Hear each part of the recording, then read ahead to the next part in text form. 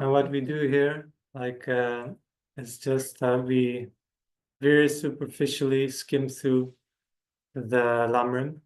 Usually you would, when you study the Lamrim, of course you can do it in a very brief, summarized way that we do now, or you can do it in depth and you do it, for months or even for years. And the Lamrim are instructions for meditation, so it's definitely like instructions for practice, something to contemplate and something to meditate upon. And the more we listen to the Lamrim again and again, the more we have things to contemplate, and the more we contemplate, the easier these things will come when we sit down in meditation. It's like pushing a button, and then things just come, and we can contemplate things again and again and from different angles. So it has an impact on our mind. So we're going to speak about the two bodhicittas. And I must say they're very inadequate to speak about the two bodhicittas because they're very vast and deep minds. And yes, I've heard about them. I thought about them, but I've never, it doesn't enter my mind, doesn't enter my heart so deep. So what you hear now is going to be something very coarse, based on my coarse mind. But yeah, it's a beginning for investigating more and thinking more about the topics. So the two bodhicittas, these are the topics of the great scope. We've already seen the middle scope, the small scope. And how we practice these gradually. And these gradual practices are sort of summarized or captured very neatly in this prayer. I think it's maybe it's called the 4 thoughts of Dharma, or the 4 thoughts turning the mind towards Dharma, which I think is from the Shakya school. They say something like, if you are grasping at the appearances of this life, it is not Dharma. If you're clinging to the appearances of this life, it's not Dharma. If you're clinging to samsaric happiness, it is not renunciation. If you're clinging to self-purpose, it is not bodhicitta. And if you cling to the self, it is not the correct view.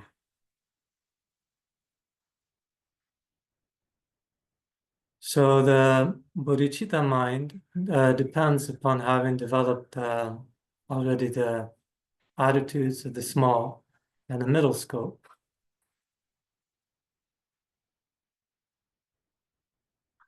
Because it's the mind, the bodhicitta mind is the mind that aspires for complete enlightenment for the sake of all sentient beings.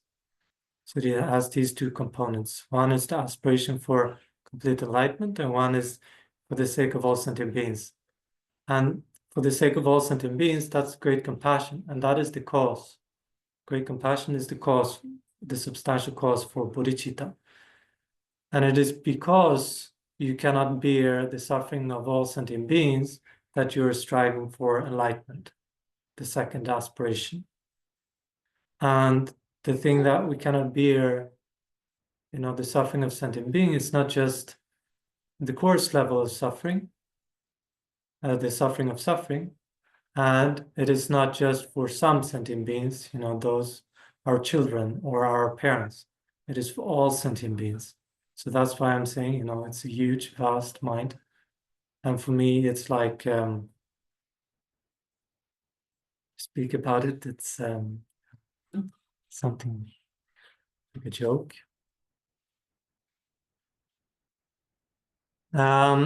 So it doesn't come without cause conditions, and this doesn't come without training. It doesn't come naturally, because even though we have, like His Holiness often says, we have naturally the seed of compassion and love, and already when we're born, like it's we can speak about it in terms like of Buddha nature. or being part of our conventional nature of mind, that we are naturally sort of inclined, already programmed to have compassion and love. And if we're fortunate, this seed gets nurtured by the care of our parents and by our society. But still, that compassion and love that we might develop in dependence upon our natural tendency and the kindness of other sentient beings would be usually far from what bodhicitta actually is, because it doesn't make any any distinctions between those who are close, those who are strangers, and those who are enemies.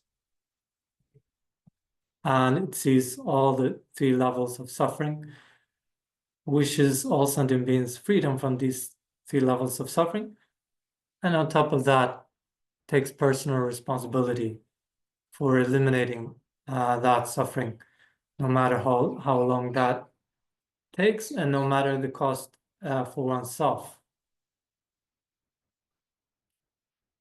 So it takes training, a lot of training to develop this mind of enlightenment. And they say that, Yangsi Rinpoche, it comes from in general, in the Lamrim text, they speak about the four conditions, the four causes, the four powers. I don't know if I know them by heart, but I had a look on them. But some of them, or at least like with the four conditions, is that that one has heard about and one has seen the qualities of a Buddha, one feels faith in them, and one inspires for these qualities oneself. That one has this kind of feels amazed by thinking about the qualities of a Buddha, and one wants them for oneself. Another condition is that one is exposed to Dharma teachings, Mahayana Dharma teachings, both the vast and the profound, so both conventional and ultimate bodhicitta. That one sees that the Dharma is a compounded phenomena, so it only exists in the world due to cause and conditions, and eventually it will cease. The Buddha himself predicted that the Dharma will come to an end in the world. And when we look at the current state of affairs of the Dharma, we can see that most likely, it seems that it's in a state of degeneration. The golden age is over. And few people actually take interest in Dharma, and especially Mahayana Dharma. And few people, even if they take some interest, they are not willing to make any deeper commitment to it, not willing to take personal responsibility, thinking, this is the responsibility of His Holiness the Dalai Lama and the lamas.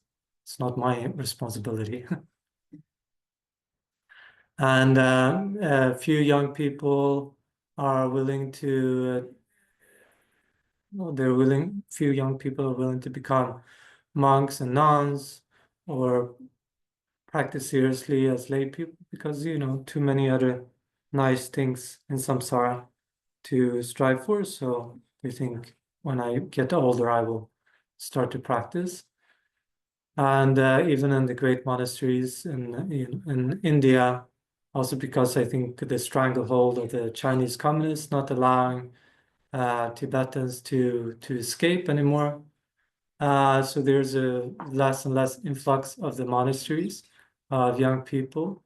So going from classes, I think when, a few decades ago when there were classes, each class had a few hundred students, which was still very little compared to what existed in Tibet, to nowadays when there's a few dozens students in each classes, and most of them are not from Tibet, but they're from India, from Nepal, and a few Westerners maybe here and there.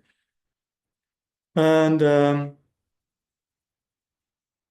even they, most of them are not so seem so interested in keeping up the Dharma in serious studies and so on, or they only realize when they get much older the value of Dharma. And then, yes, for great lamas, I don't know if there are these, many people say the caliber of the lamas these days are not the same thing as it used to be in the past, when there were great Mahasiddhas around. They're dying off.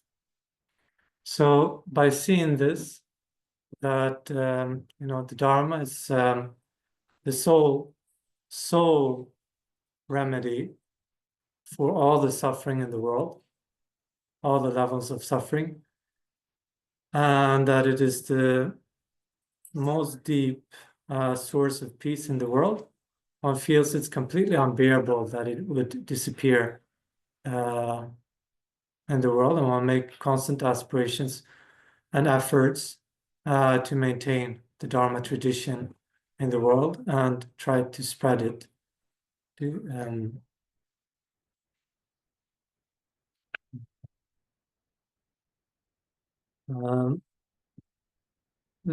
with terms of causes, the main cause is the great compassion, that it will be the direct cause for bodhicitta.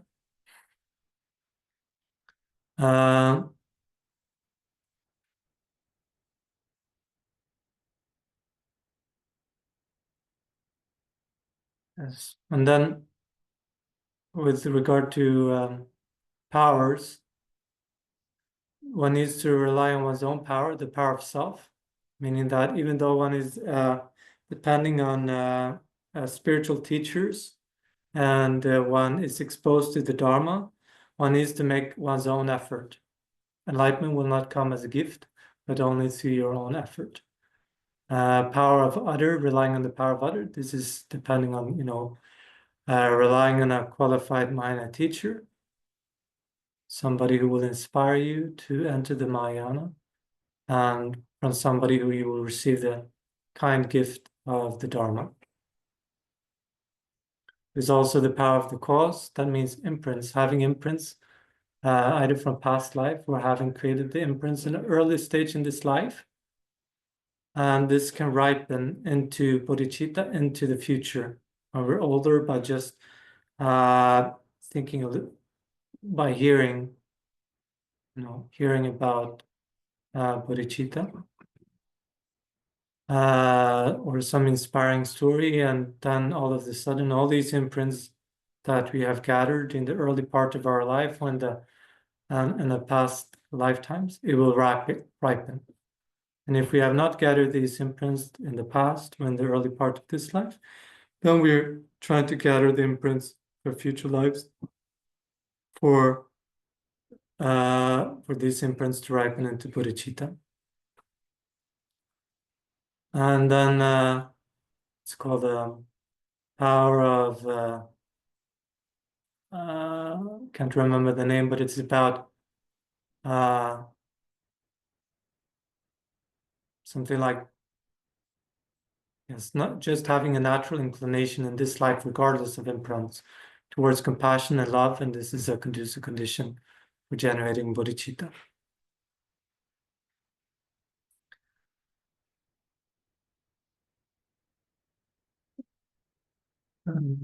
So it said that any being in the 6 realms can generate bodhicitta, so even dogs. But that's for the physical form. So that's the physical support for bodhicitta.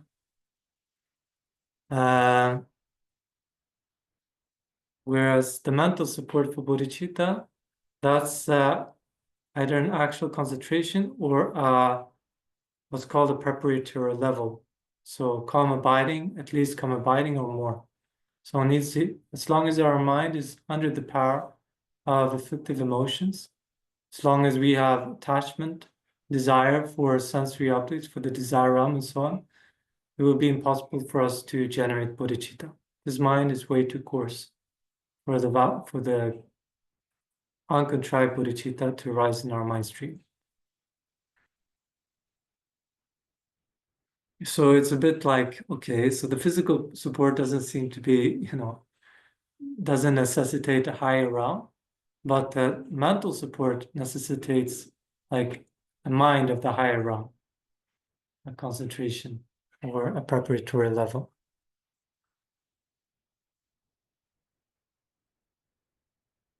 That means that even a dog can have a concentration, even a being in the hell realm could have a concentration. But anyway, this is debated. Some say yes, some say no. Not possible in the lower realms, or not possible at least in the hell realms. I don't know.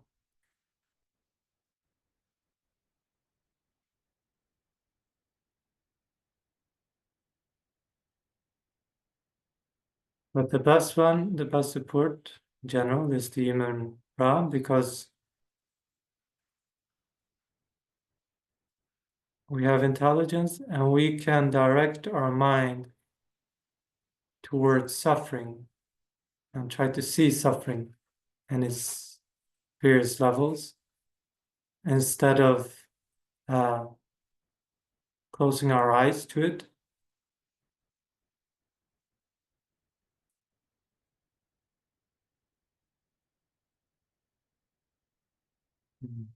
And make something valuable out of this suffering.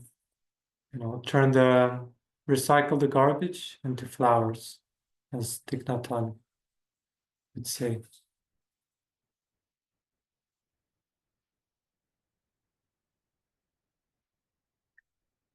So one needs to.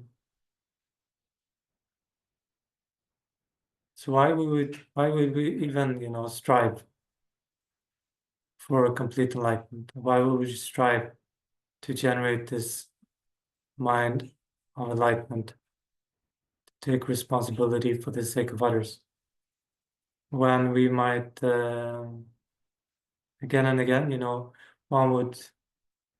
There's many obstacles to generating the mind of enlightenment,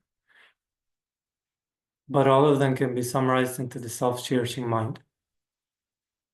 So the mind which is cherishing self more than others. And this mind is deeply entrenched in our mind.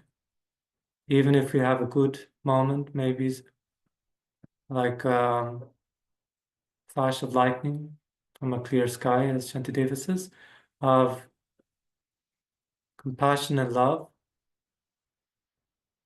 then this mind is quickly sort of swallowed by the dark clouds of self-cherishing,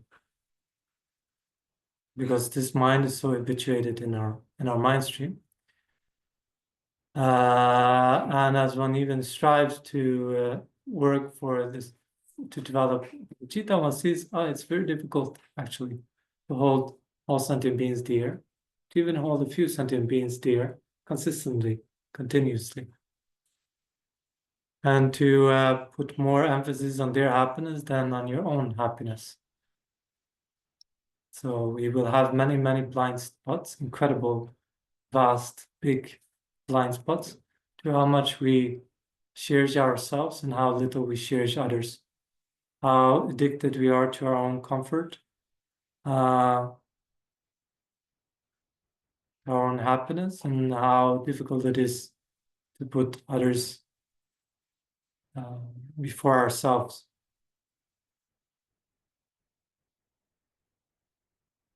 So therefore, one needs to be very sort of motivated. One becomes motivated by thinking about the drawbacks of self-cherishing and the benefits of cherishing others, and the benefits in particular of bodhicitta.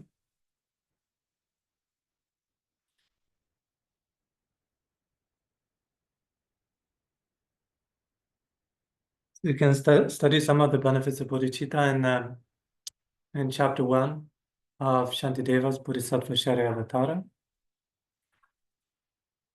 So there Shantideva says things like bodhicitta takes the unclean body and transforms it into the priceless jewel of a victor's body. So transforming a suffering impermanent, unclean body, which is subject to aging, sickness, and death, and which is the base for creating more contaminated karma, more suffering in the future, into the body of a Buddha, which is blissful, which is pure, which is eternal, and not subject to aging, sickness, and death, and so forth.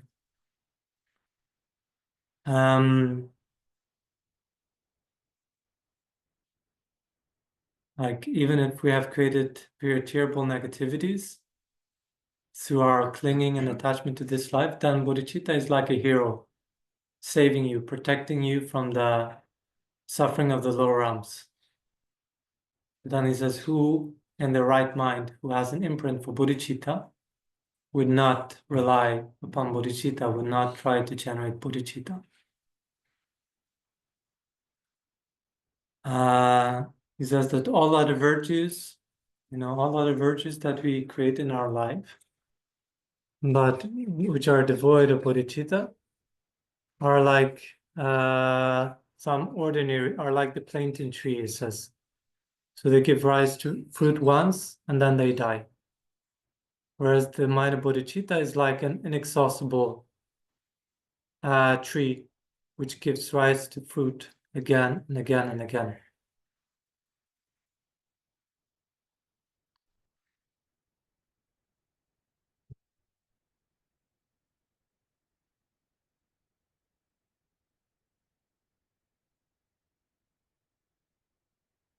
So we can see that for ourselves, that when we generate loving kindness and compassion, even just the ordinary one for one sentient being, then it has some benefits on our mind stream. It might not benefit the other person, but it benefits ourselves. We are the first to receive the benefit of loving kindness and compassion, the mind which generally wishes somebody else happiness. So then imagine generate that for few sentient beings or for all sentient beings. The benefits will be incredible. Even if you don't take the responsibility of thinking, I myself will bring them about permanent happiness, I myself will free them from suffering. It is said that the benefits are so great that Nagarjuna says that if you would offer 300 meals 3 times a day to an assembly, great assembly of fully ordained monks or nuns, the merit that you would get from that would be incredible, would be great. But it doesn't amount even to the fraction of the benefit, the merit that you gain from even one instant of love, of generating love. I think he's speaking about immeasurable love, and not just, the love that you have for one person.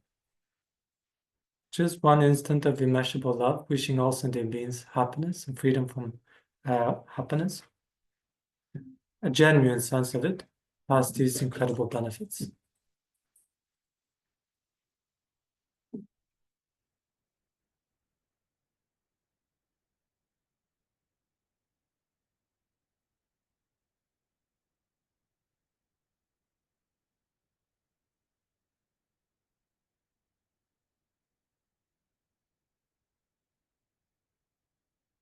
Yeah, so love, loving kindness heals a lot of stuff in us, a lot of blockages. Also compassion. And it brings us many inner benefits of clarity of mind, sweetness of mind. And it brings us also self-confidence, that we are not afraid of other people anymore, or are less afraid. So when we meet new people and so on, we feel comfortable. We feel, like meeting friends or like meeting acquaintances, and not this kind of usual awkward anxiety and so on that we usually feel when we meet new people and so on. And a lot of self-confidence because we don't give a shit anymore. Because when we know that we're motivated by something very noble, we have very good motivation. It doesn't matter anymore what people think about us, say about us, and so on, or how they react to us. Of course, we might have all sorts of reactions, but when we retain that state of loving kindness in us, when we can stabilize this, then we will always be able to interact with others based, on confidence.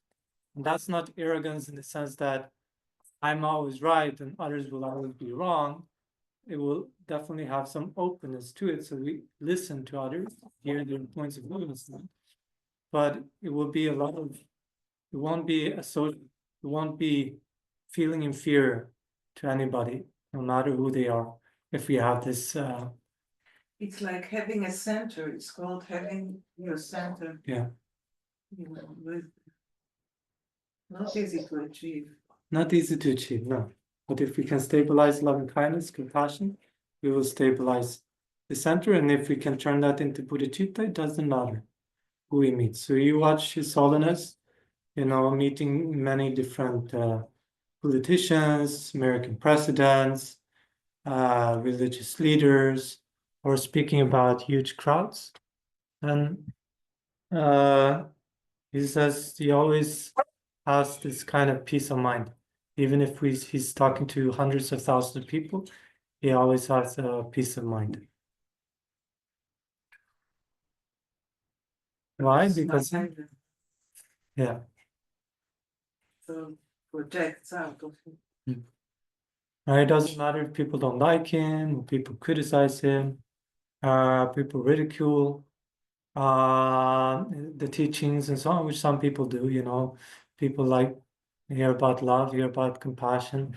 It doesn't give them the certain direct vibe everybody's looking for, or how do you say, the kick.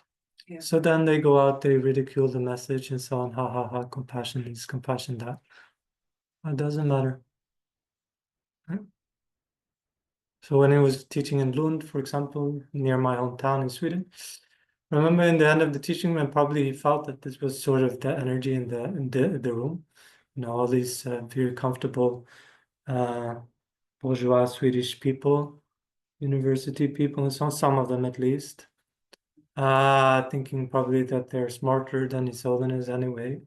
And he's giving a long talk, offering hours and hours. He's not taking anything for it. And then in the end, he said, okay, if I said something valuable for you, then, contemplate it more and try to implement it in your life. And if not, forget it, up to you. For me, I don't care. And then when I went out from the teaching, I remember there was this, young people, university people, they were thinking, they were saying like compassion, compassion, compassion. Everything he could say was compassion, compassion, compassion.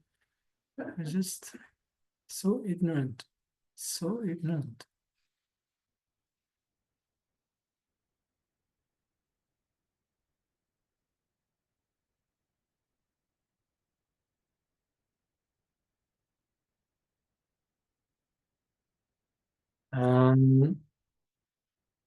And then many outer benefits as well of, when we have love, we have compassion in our continuum, there's many outer benefits as well. I think there's a lot of protection, or a lot of sense of protection from harm, which of course shouldn't make us naive and what do you say, foolhardy. But there is a sense of a lot of protection. And we have more harmonious relationships with other, more close relationships with other, when we can interact with others from love instead of from other sort of motivations and other states of mind. And I think many health benefits as well of love, compassion. And His Holiness says that we look younger. He says the fact that I look younger than I actually look is because of compassion. And then if we're interested in calm abiding and these kind of things, then compassion, love is a very good, extremely good prerequisite or preparation for developing the mind of calm abiding, single point of concentration, and as well as a special insight, because it brings so much. When you have love, when you have compassion, it brings a lot of mental stability, because it is completely counteracting the afflictive emotions which arise from the self-centered mind. And thus bringing a lot of merit as well, and that merit brings pliancy to your mind, and so you can analyze, bringing special insight. And that's why also in the Theravada tradition, like when I was in Sri Lanka, there was this great Bhante. They said he was a great meditator, and he was sort of instructing the people there. You have to meditate more on love, love, love. Everybody are telling you only to focus on vipassana, but I say focus on love, because this is a great preparation for you to develop vipassana. And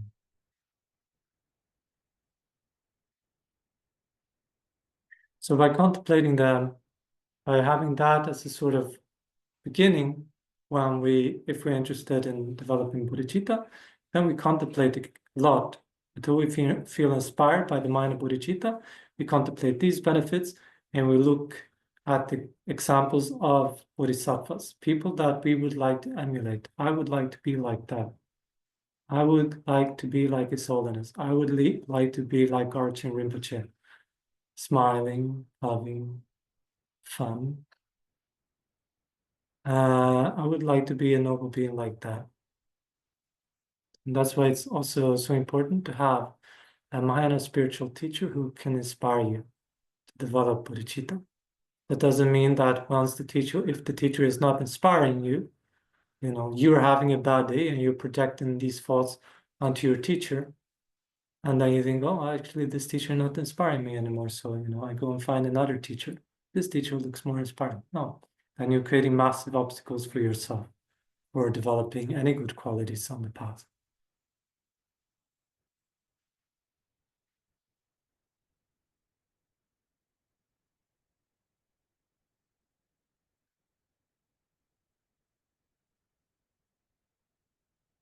And yes, when we look at the world, we see that the bodhisattvas, they do amazing, amazing things through the power of their compassion. Yesterday, I was reading about, this Vietnamese, one of the Vietnamese monks. His name was Thich Quang Duc, who self-immolated 1963.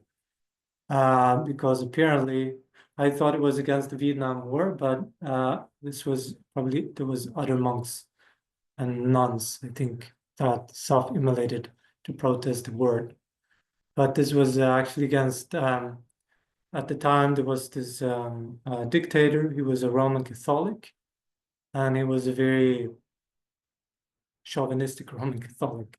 So he was implementing all these kind of discriminatory laws and policies against the Buddhist majority of 80–90% in favor of the Roman Catholics. And the Buddhists, they were protesting, and they were, trying to, no, we should have religious equality. They weren't even asking we should have, religious superiority, which might be the sort of the normal mental state of self-cherishing mind, and because we are the traditional religion of this region, so how dare you come and impose your Roman Catholic religion on us? No, they were just asking for equality. But this president, he refused, because the Buddhists, they're backward people, according to him, and according to the French colonists prior to him. So they were trying all these kind of peaceful means, but he refused. So this, if you've seen or read about him, but so he was joined by these many hundreds of monks and nuns surrounding him on a square outside the Cambodian embassy, and they poured gasoline over him. And they had, of course, discussed this before. As far as I know, he was consulting this with some of his peers. if it's this monk or it was some other monks. I'm sort of maybe confusing some of the stories. But consulting before he made this kind of self-sacrifice, and he said, yes, go ahead, is a good idea. You're not immolating somebody else, but you're sacrificing yourself. What do you mean, burning himself? Yeah. Yeah, burning himself. Yeah, they do it here too, you know, different reasons, but the same reasons. So,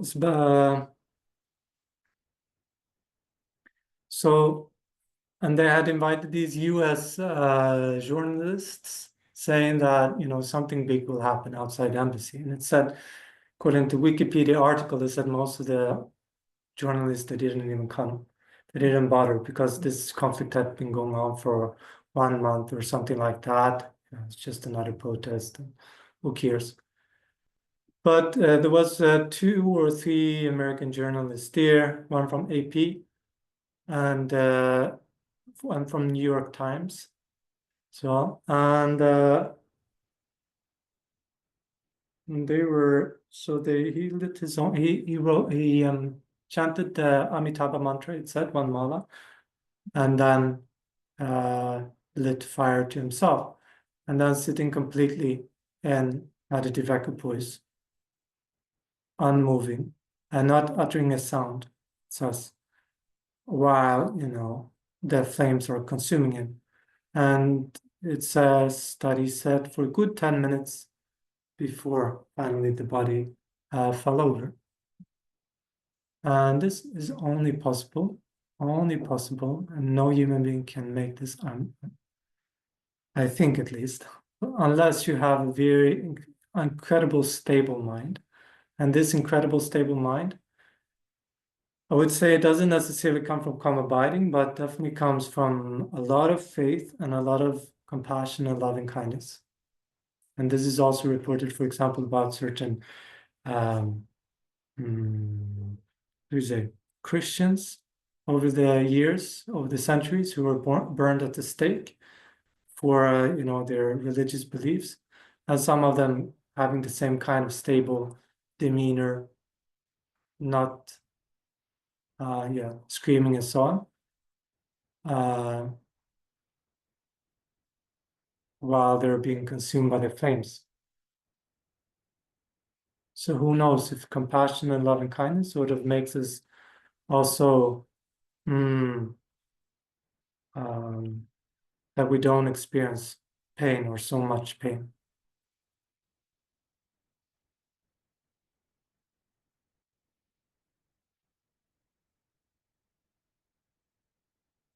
So if we're being inspired by bodhicitta and wanting to generate it in our own mind stream, we need to rely on the correct methods.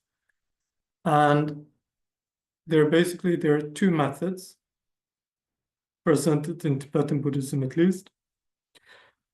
That is the 7-fold cause and effect, and equalizing, exchanging self with others. So we will only see one of the methods, if even that, because we don't have so much time. But in brief, the 7-fold cause and effect, some say the effect is bodhicitta in the end, or some say the effect is great compassion, which is one of the points in the middle. So the effect, if we say that the effect is bodhicitta, this comes right in the end. It's preceded by the special intention of the great resolve. That is preceded by great compassion, which is preceded by heartwarming loving kindness. That is preceded by wishing to repay the kindness, and that is preceded by remembering the kindness, and that is preceded by recognizing all sentient beings as our mother. And that is preceded by one meditation which is not in the steps, but which is usually necessary, meditating on equanimity. And even before that, by the meditations on the middle scope, which generate renunciation in us and make us understand suffering. And even before that, the meditations of the small scope, which make us turn away from the perfections of this life, the attachment to that, the perfections of this life. And all of those are preceded by faith and rebirth. So if we don't have faith and rebirth, we're building a house in thin air.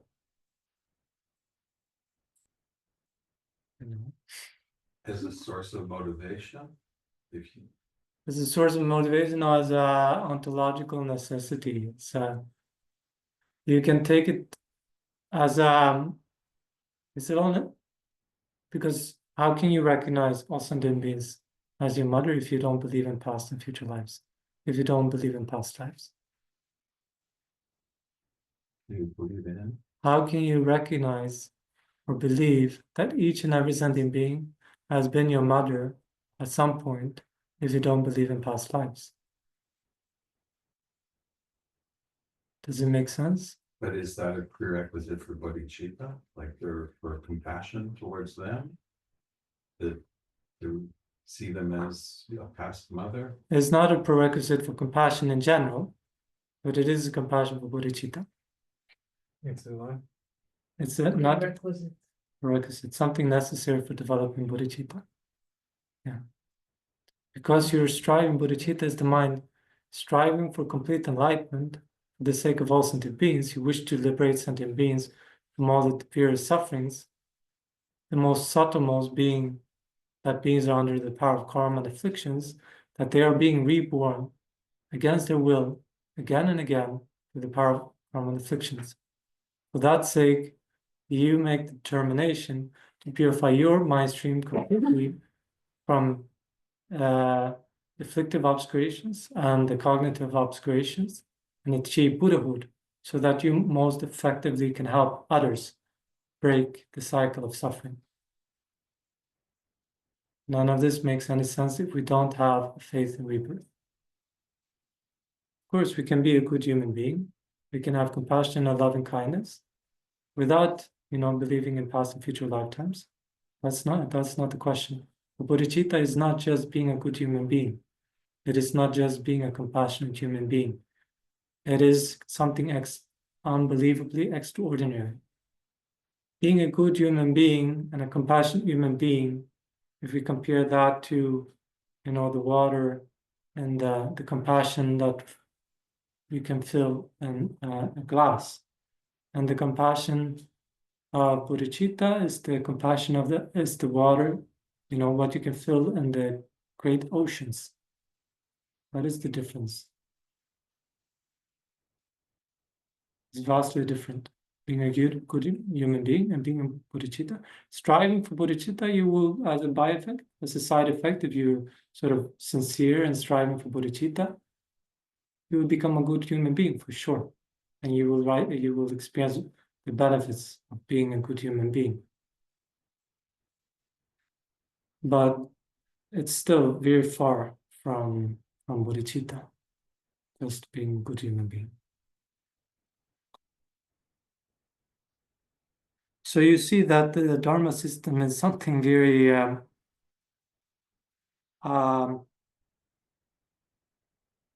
it's a complex system which ties together in many various ways, and that this very advanced level of bodhicitta requires training in the lower levels and requires also certain worldview. So His Holiness, he says in Praise of Great Compassion, that we can take as a working hypothesis. If it's difficult for us, like we're not accepting past and future lifetimes, or we find it difficult for us to believe in that, then we should take it as a prerequisite and see how it changes our attitude towards others if we train to see them as our mother, or whoever is more dear to us, our father or our child. And how this affects our attitude towards them and how it affects then our behavior and our emotional life. So you say it doesn't matter if it's the mother? We come So what if? we come to that. Mhm.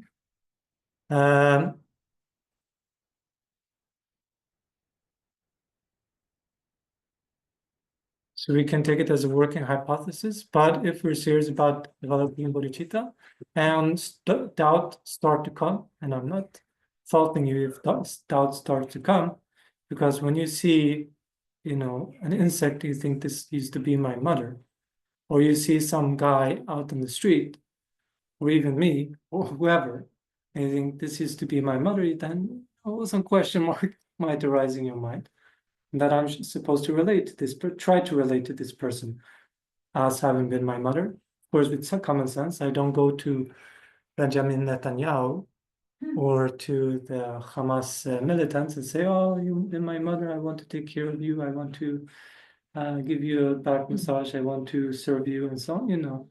They won't recognize you as their mother. But having the mental attitude that this is being a dear person, but having the common sense of understanding that you're living also in a reality where people are not operating under the same beliefs and values.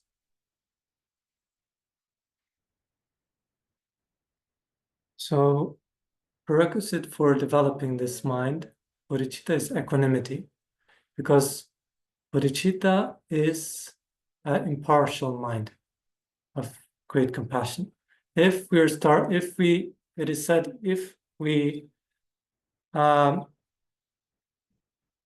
pick out even one sentient being from our scope of compassion, from our bodhicitta, it's not bodhicitta anymore. It's not even great compassion anymore. So therefore we need to work on the foundation of equanimity. Otherwise, we will have a compassion and love which is like a tree which is growing sideways. And eventually, with that tree which is growing sideways, it doesn't take so much for it to eventually fall. Whereas a tree which grows straight becomes robust and strong and maintains for a very long time, a longer time, usually. So in the same way, stable equanimity ensures that our bodhicitta becomes impartial, and that we leave this kind of self-centered form of compassion and love that as ordinary beings we usually have, of discriminating those who are nice to me, holding them as dear, and everybody else can just self. And how do we develop equanimity? What are the meditations that we engage in to develop equanimity? We did it, I think, once, no? Like seeing your enemy as exchanging someone neutral, your enemy, and someone you love, meditating on that, It's love and kindness It's like, meditation. Loving kindness meditation usually sort of involves, also presupposes equanimity. I've heard that, I don't remember if it was Annie Losang, but it's probably from the scriptures that even your worst enemy was once like a cute, helpless baby or something like this. There's all sorts of inspiring quotes about equanimity. Mhm. Because also I think causes and conditions help a lot, because when I see people who hurt other people, and I don't understand how can they be so violent or so, I don't know. So it helps me to think that there must have been causes and conditions to get them to this way. And surely if I was under the same causes and conditions, I could have the potential to be like this. and you were like this Yes. in one of your, previous lives. We all were, everything, just like if Natan wrote, and said, call me by my name, this, I cannot remember. It's a poem, right? yeah, we've been everything. Yeah. We've been murderers, we've been prostitutes, we've been mothers, we've been, each and every one of us. Yeah. throughout so many lifetimes. So combining this line of thought that you presented now with mental continuation, seeing that we are not inherently existent, whatever we are right now, Buddhist, woman, maybe a kind person, maybe a not kind person. Whatever it is that we identify now is dependent on cause conditions. These cause conditions transform over time, and they transform radically over time.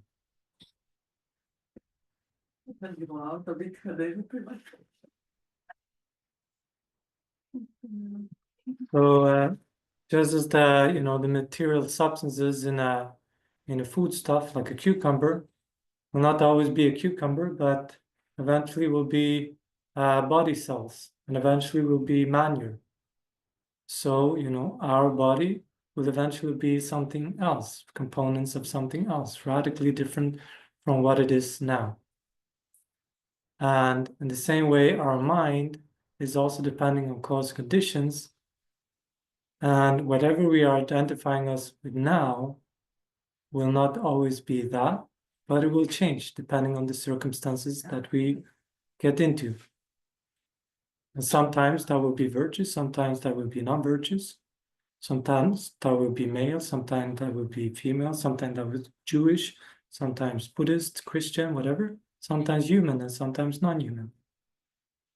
And this is how we understand how we start to develop equanimity. And then in these various states that we have gone through, we have had different relationships to different people. So the person that I like now has not always been dear to me, and so on. Need to stop for a break. Yeah.